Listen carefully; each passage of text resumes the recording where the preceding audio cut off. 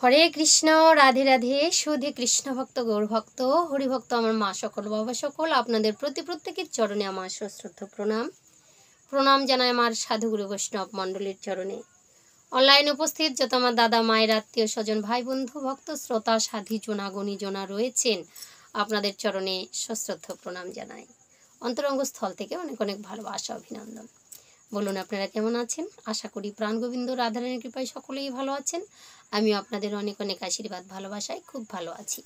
তবু আজকে আপনাদের সামনে যে পালা প্রসঙ্গে আমি বর্ণন করব, যে আমাদের সনাতন ধর্মের মধ্যে যে সাধুগুরু বৈষ্ণবদের দেখেছি শিখা বন্ধন বা শিখা রাখা, অর্থাৎ টিকি রাখেন।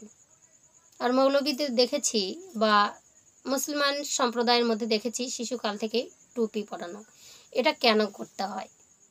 তো চলুন আমরা ভিডিওতে প্রবেশ করি। তার আগে বলতে চাই, ভিডিওটা একদম স্কিপ না করে পুরো ভিডিওটা দেখতে থাকুন। যদি ভিডিও দেখে ভালো লাগে অবশ্যই চ্যানেলে লাইক, শেয়ার, কমেন্ট করে চ্যানেলটি সাবস্ক্রাইব করে পাশে থাকবেন। তার আগে বলতে চাই, যারা আগে থেকে চ্যানেল সাবস্ক্রাইব করে আমার ছোট্ট বড় ভিডিওগুলো দেখছেন, আপনাদের প্রত্যেকের চরণে আমার সশ্রদ্ধ প্রণাম। অন্তরঙ্গ স্থল থেকে অনেক অনেক ভালোবাসা, অভিনন্দন। যারা আমার চ্যানেলে এসেছেন এখনও পর্যন্ত চ্যানেল সাবস্ক্রাইব করেননি, আপনাদের কাছে অনুরোধ থাকছে বন্ধুগণ, যদি ভিডিও দেখে ভালো লাগে অবশ্যই চ্যানেলে লাইক, শেয়ার, কমেন্ট করে চ্যানেলটি সাবস্ক্রাইব করে পাশে থাকবেন। জয় শ্রীকৃষ্ণ, রাধে রাধে। ওম অখণ্ডমণ্ডলাকারং ব্যক্তং যেন চরাচরম তৎপদং দর্শিতং যেন তস্মৈ শ্রীগুরুবে নমঃ। ওম অজ্ঞানতিমিরান্ধস্য জ্ঞানাঞ্জনশলাকয়া চক্ষুরুন্মিলিতং যেন তস্মৈ শ্রীগুরুবে নমঃ।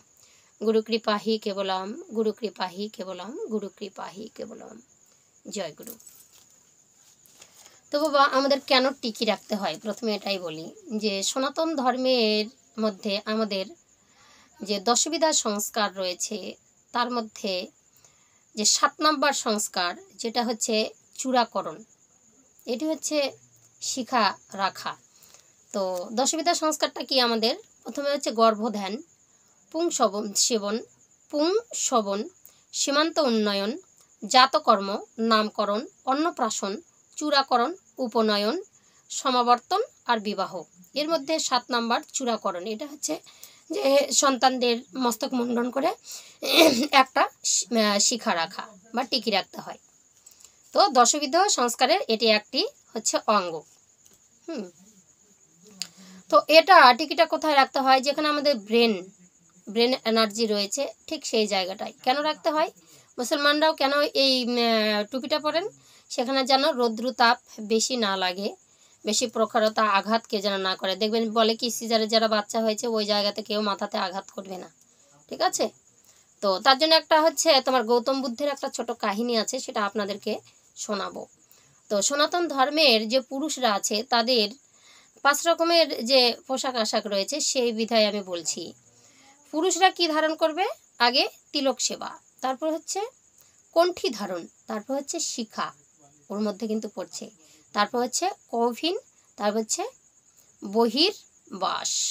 তো আমরা দেখেছি যারা মহারাজগণ স্কনে বা স্বামী বিবেকানন্দ এরকম দেখেছি, তারা কিন্তু ধুতিকে কাছা করে পরে না, তারা ধুতিটা পরে আর গায়ের উপর দিয়ে শাড়ির মতো করে গাটা ঢাকে, তাই না? একটা বাহু কিন্তু বের হয় থাকে। তো তারা ধুতি কেন কাঁচা করে পরে না? তারা ধুতির নিচে বা পরে কৌফিন ধারণ করে। এটা হচ্ছে আমাদের সনাতন ধর্মের যে পুরুষদের এটা পোশাকের মধ্যে পড়ে। আর হচ্ছে মাতাজিরা কি ধারণ করবে? মাতারা পরবে শাড়ি, ব্লাউজ, সায়া, আর থাকবে কণ্ঠী ধারণ করবে, তিলক সেবা দেবে, আর বলছে শাখা সিঁদুর। আর একটা মেন জিনিস হচ্ছে লজ্জা, লজ্জায় নারীর বেশভূষণ। তো ভূষণের মধ্যে এই লজ্জাটাকেও পড়ছে, যে আমি ঘস করে যা কিছু বলে দিলাম, সাধুগুরু বৈষ্ণব বলে কিছু মানলাম না, তা নয়। সবসময় একটা লাজুক ভাব, এটা হচ্ছে নারীর ভূষণ। কথায় আছে শাড়িতেই নারী। এই হচ্ছে মহিলা আর পুরুষের পোশাক আশাক, এটা সনাতন ধর্মের মধ্যে পড়ে। তো এবার বালাকৃষ্ণ দাস কি করেছিলেন? এই টিকিটা কেন রাখা আছে দেখুন, যে টিকি থাকলে আমাদের ভগবান সবসময় টিকি ধরে কিন্তু টেনে ওঠান। এই যে মায়াময় জগতে আমরা ডুবে আছি, তো এখানে আমরা যে কোনো কত রকমের পাপ পুণ্য করছি, কখনো অধপতনে চলে যাচ্ছি, তখন ভগবান কিন্তু ওই শিখা ধরে কিন্তু টেনে দেন, কণ্ঠী ধরেও টানেন। তার গল্প আমি বলছি। তো মহাপ্রভুর সাথে তো দক্ষিণ ভারত গমন করেছিলেন কে? এই যে বালাকৃষ্ণ দাসজি। তো উনি গিয়ে তুকতাক জাদুমন্ত্র যারা করে তাদের মধ্যে কিন্তু পড়ে গিয়েছিলেন। মহাপ্রভু একটু অন্য কাজে ছিলেন। তো পড়ে যেয়ে তাকে নিয়ে অনেক রকমের ভঙ্গিমা চলছে, যারা তুকতাক জাদু জাদা জানে, কালোবিদ্যা জানে, তাকে নিয়ে একটু বলছে বাঙালি এসেছে, একটু ওকে নিয়ে নাচাই। তো গিয়ে সেখানে বিচলিত হয়ে গেছিল, কিন্তু অচৈতন্য ভাব এসে গেছিল। তখন এই শিখাটা, মস্তকে যে শিখাটা রয়েছিল সেটা ধরে মহাপ্রভু টেনে তুলেছিলেন। হ্যাঁ, তো এরকম একটা বাঘ এবং গাভীরে গল্প আছে। তো গাভীটা কি করছিলেন? ঘাস খাচ্ছিলেন। তো জঙ্গলের ধারে সেখানে একটা বাঘ তার উপর লোভ করলো। তো গাভীটা যখন একটা বাঘ তাড়া করবে, প্রাণপণে ছুটবে, তো বাবা দড়ি ছিঁড়ে কিন্তু চলে গিয়েছিল। যেতে যেতে যেতে যেতে একটা সে গঙ্গার পাকে পড়ে গিয়েছিল। আর বাঘটাও সেখানে ঝপাও করে লাফ দিল, বলছে এবার গঙ্গায় পড়েছিস, তোকে খাবো। কিন্তু গাভী হাবুডুবু করছে আর চিৎকার করে বলছে তুই আমাকে খেতে পারবি না। বলছে কেন? আমি ডুবে গেলে কি হবে, আমি ভেসে গেলে কি হবে, আমার মালিক আছে, যে আমার গলায় দড়িটা দেখছিস এটা ধরে টান দিবে। কিন্তু তুই যদি ডুবে যাস, তুই তো মাংসাশী, তুই তো লোভাতুর প্রাণী, তুই খাস মাংস আর আমি খাই ঘাস পাতা। আমার প্রভু আছে, আমাকে টেনে তুলবে, আমার যা কিছু হয় যে গলার দড়িটা ধরে, কিন্তু তোর গলায় দড়ি নেই, তোকে কে ধরবে, তুই অনায়াসে পাকে পড়ে ডুববি। এই যে আমাদের এই যে পোশাক আশাকের মধ্যে ভগবানের যে একটা যে পাই, আমরা ভগবানকে পাই বা ভগবান আমাকে উদ্ধারের পথ, এগুলো কিন্তু সব আমাদের সনাতন ধর্মের মধ্যে রয়েছে। ঠিক আছে? তো হরিভক্তির যে গ্রন্থ আছে হরিভক্তি বিলাস, তো এর 235 নাম্বার শ্লোক, তৃতীয় খণ্ডে শ্লোকে কিন্তু এই শিখাপুচ্ছর উল্লেখ আছে, যে সনাতন ধর্মাবলীর মানুষ এই শিখাপুচ্ছ ধারণ করতে পারে। কি বলেছে? একটা সংস্কৃত শ্লোক। তো বলছে ততশ্চাচম্য বিধিবৎ কৃতাকেশ প্রসাধনম সত্তা প্রণব গায়ত্রৌ নিবোধিয়াশ্চিখা দ্বিজ। বলছে অর্থাৎ অন্তরজ দ্বিজ, ব্রাহ্মণ ক্ষত্রিয় শূদ্র বৈশ্য সবাই কি করবে? দন্ত ধাবন্তের বা আচমন করে, মানে দাঁতমুখ মেজে আচমন করে, কি বলছে? পাশ্চাদুক্ত বিধায়ন প্রসাধন পূর্বক ও ওঙ্কার ও গায়ত্রী স্মরণ করে শিখাবন্ধন করবে। এটা হচ্ছে কোথায় আছে? হরিভক্তির তৃতীয় খণ্ডে, সেই হচ্ছে 235 নাম্বার শ্লোকে। এটা শাস্ত্রের প্রমাণ। তো বলছে শাস্ত্রে নির্দিষ্ট সেই পন্থা অনুসারে বলছে বাল্যবাবস্থা হইতে প্রভাতে শৌচ স্নানাদি গায়ত্রী মন্ত্র উচ্চারণ শিক্ষাবন্ধন করার বিধান রয়েছে। কি বলছে? বৈশ্য শূদ্র, তারপর হচ্ছে যে তোমার সবাই আছে, যে ব্রাহ্মণ ক্ষত্র সবাই শিক্ষা রাখতে পারবে, সনাতন ধর্মের পুরুষগণ। ঠিক আছে? মহামণি ব্যাসদেব বলেছিলেন সমস্ত যে কাজের সাথে এই যে কার্যটা, শুভ কাজ করতে গেলে আমাদের শিখার প্রয়োজন আছে। আর কি বলছে? উত্তরীয় ধারণ। এই শুভ কাজে গেলে আমাদের উত্তরীয় ধারণ, যে উত্তরীয় গায়ে আছে, আর শিখাটা আমাদের শিখাপুচ্ছ কিন্তু রাখতেই হবে, না হলে যেসব কাজগুলো আমরা করব সেটা রাক্ষস কর্মে পরিণত হবে। মহামণি ব্যাসদেব এটা বলেছিলেন। তো টিকি আর শিখা আমরা তাহলে কেন ধারণ করি? তো বলছে মস্তিষ্কের এই যে পয়েন্টটাতে যাতে বলছে ব্রেন, সেখানে যেন আঘাত না লাগে, রৌদ্রতাপ না লাগে।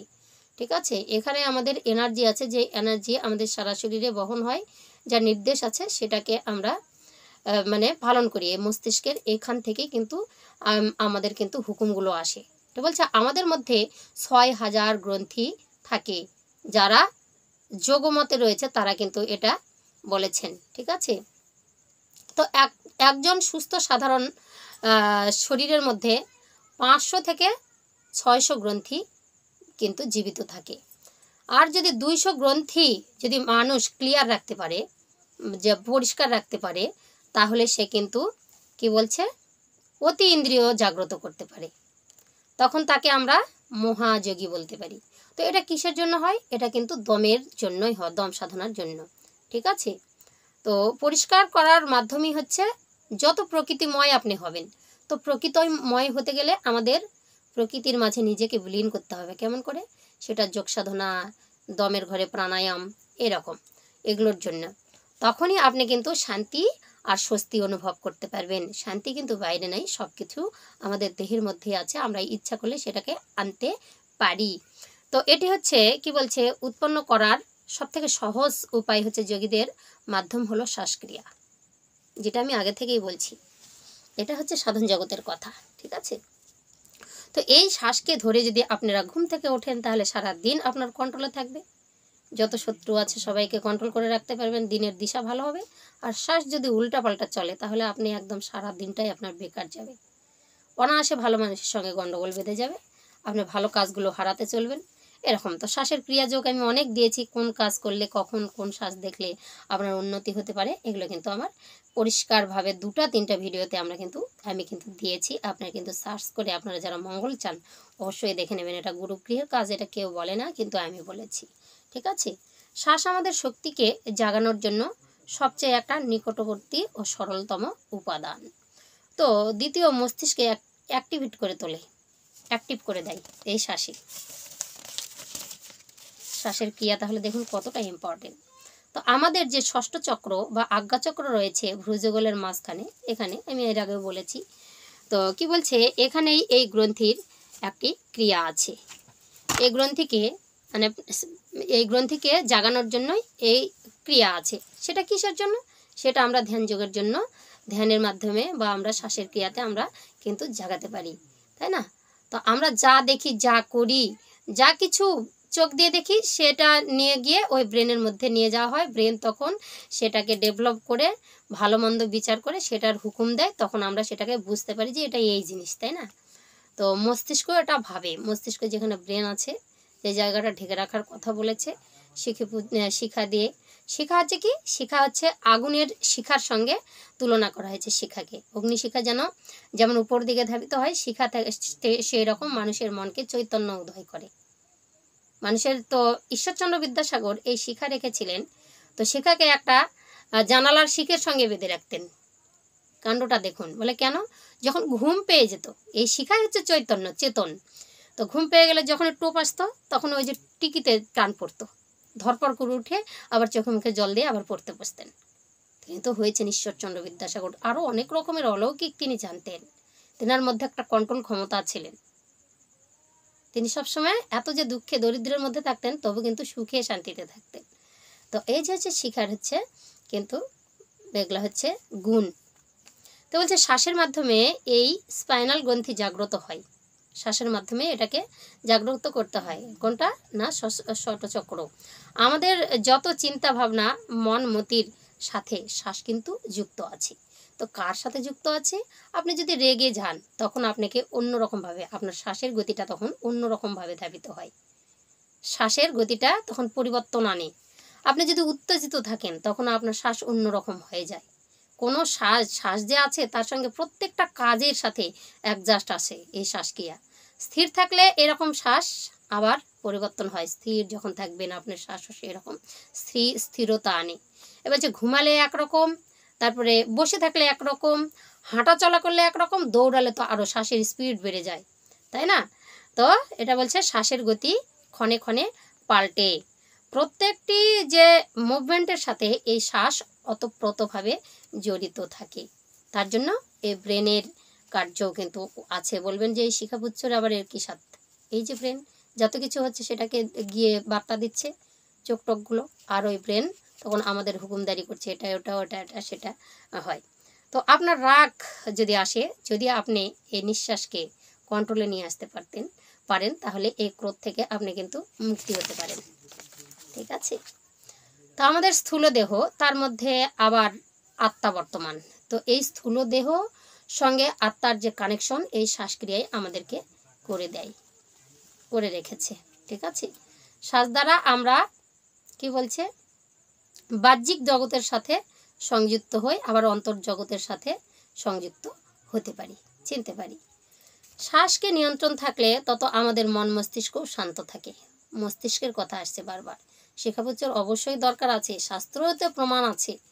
তো মুসলিমেরাও যারা আমাদের মোহামেডানের মধ্যে আছে, তো এরাও কিন্তু এটার ক্রিয়াযোগ জানে। অনেকে এরকম সাধনা করেন, তারা টুপি দিয়ে সেই জায়গাটাকে ঢেকে রাখেন। তো গৌতম বুদ্ধ কি করেছিলেন, এই যে সাধনায় বসেছিলেন, তিনি তো একদম সাধনায় বিভোর হয়ে গিয়েছিলেন 11 বছর।